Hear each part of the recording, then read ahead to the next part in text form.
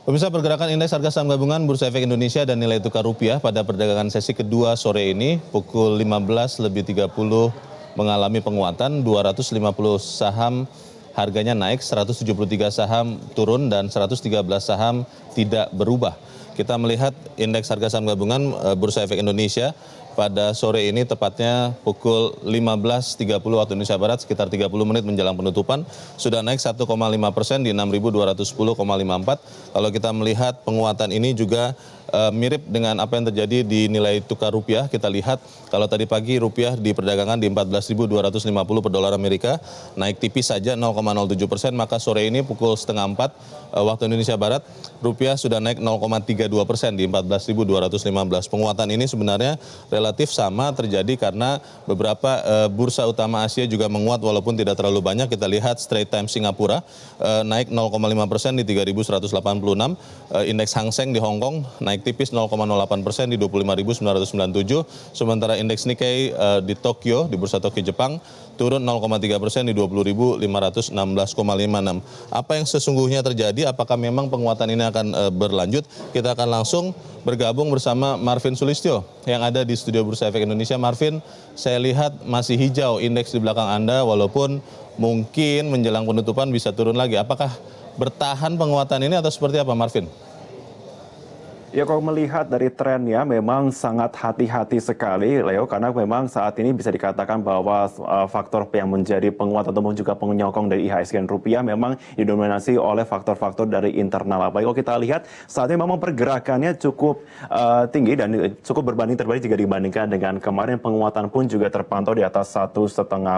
Saat ini kisarannya di 6.211 dan value-nya pun juga sudah mulai cukup baik di kisaran 7,3 triliun rupiah. Yang menarik kalau kita lihat nanti setelah ini memang akan ada sejumlah capaian-capaian dari sejumlah emiten-emiten. Misalkan kita lihat ada top 5 gain, kemudian juga top 5 frekuensi. Kita lihat untuk saat ini top 5 frekuensinya, Leo, itu cukup mengembirakan juga bahwa memang didominasi oleh saham-saham blue chips. Di antaranya kita lihat pergerakan dari Antam ini mendominasi di top 5 frekuensi karena kita memang melihat bahwa saat ini harga emas pun juga mencapai rekor tertingginya, bahkan mencapai 746.000 untuk per gramnya. Kemudian juga dari saham-saham seperti perbankan ini memang mendominasi. Top 3-nya memang adalah BBRI, kemudian BBCA, dan juga Mandiri, yang akhirnya bisa menempati top 5 frekuensi. Selain itu juga saham Telkom ini juga cukup mengembirakan juga kalau kita lihat sekarang, karena kalau bandingkan dengan 2 hari yang lalu sempat diterpa isu listrik mati, kemudian buat provider menjadi terganggu, itu pun sempat membuat Telkom menjadi minus. Tapi saat ini kita lihat Telkom ternyata masih mendominasi dan juga menjadi salah satu top 5 frekuensi dari perdagangan pada hari ini. Selain itu juga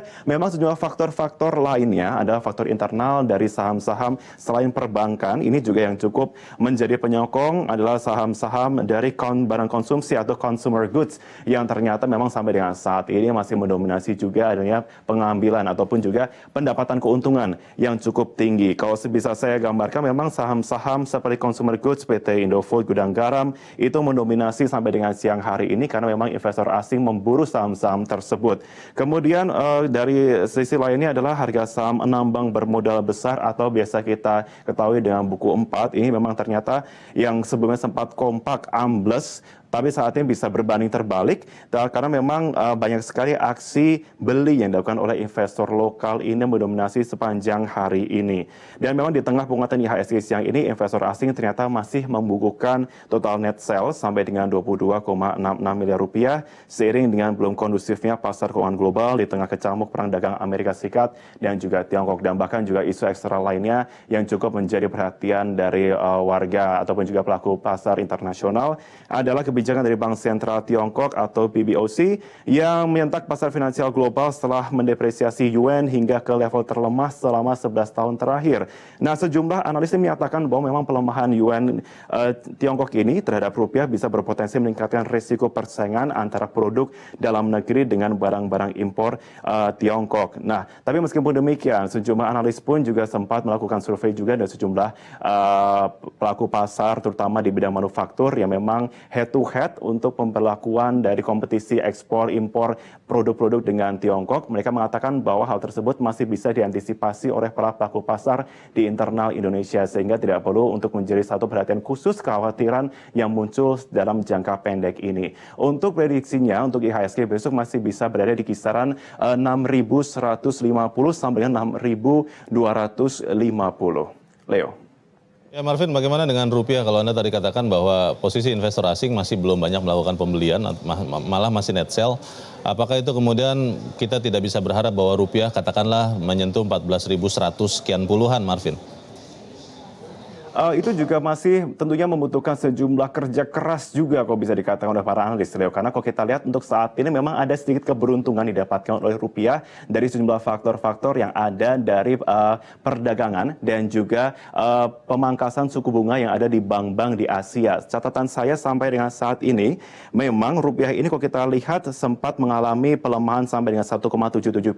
Kemudian saat ini mengalami rebound, sudah menjadi nilainya semakin tinggi. Karena memang dari sisi eksternal ini, rupiah terbantu dengan adanya Bank Sentral India atau RBI yang memang sempat menurunkan suku bunga acuan sampai 35 basis poin ke 5,4%. Padahal lebih dalam dibandingkan konsensus pasar yang diprediksi sampai 25%, maksud kami 25 BPS penurunannya. Sementara itu Bank Sentral Thailand pun atau BOT ini memutuskan untuk menurunkan suku bunga acuan 25 BPS menjadi 1,5%. Dan ini pula yang akhirnya menjadi sebuah penurunan pertama yang dirasakan oleh negara di Asia Tenggara tersebut, yang kemudian secara tidak langsung bisa mendorong rupiah untuk menjadi lebih perkasa dibandingkan beberapa hari yang lalu.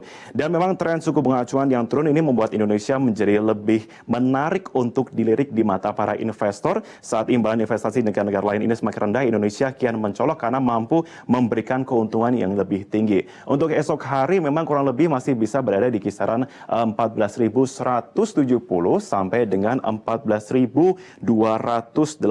melihat bagaimana tentunya dengan penutupan sepanjang hari ini. Demikian laporan kami dari lantai bursa. Leo, kita kembalikan ke studio Metro TV. Baik, Marvin Sulistyo melaporkan langsung dari studio Bursa Efek Indonesia.